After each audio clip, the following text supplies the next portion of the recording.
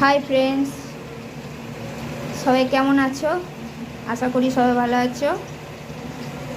দেখো, একটা রান্নার রেসিপি নিয়ে এসেছি, ছোট্ট। সবাই জানো রেসিপির নাম। তো আমাদের আজকে সানডে, তো সানডের ছোট্ট একটা স্পেশাল মেনু, মাংসর পকোড়া, চিকেন পকোড়া, চিকেন পকোড়া। দেখো এখন ভাজা হচ্ছে। দেখো আমার হাজব্যান্ড ভাজছে, আমি দাঁড়িয়ে ভিডিও বানাচ্ছি। এই দেখো এখনও রয়েছে একটু।